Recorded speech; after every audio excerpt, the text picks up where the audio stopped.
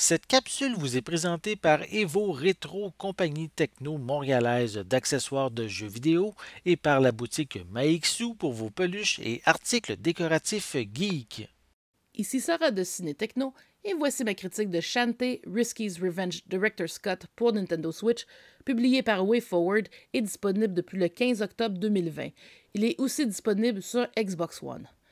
Réalisé par le créateur de la série, Matt Bozon, et initialement publié en 2010 sur Nintendo DSi, Risky's Revenge était le premier titre à faire suite au jeu culte Shantae pour Game Boy Color, sorti en 2002.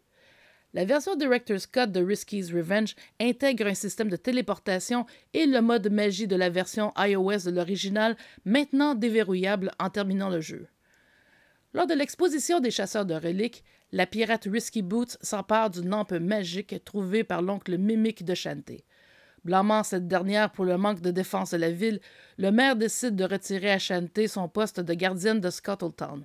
Notre héroïne part donc à la recherche de 3 sceaux magiques pour éviter qu'ils ne tombent également entre les mains de Risky. Shantae's Risky's Revenge est un Metroidvania de style classique.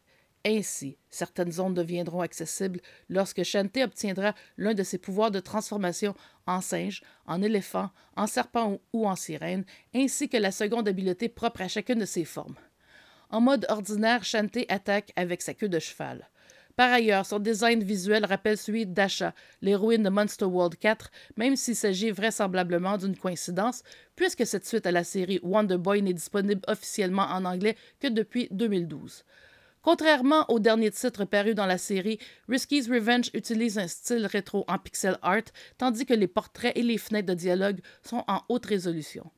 Par ailleurs, le texte est disponible en français et est généralement bien traduit, malgré une coupe d'erreurs dans l'écran de démarrage du jeu et dans le menu de sélection du fichier de sauvegarde qui faisait craindre le pire.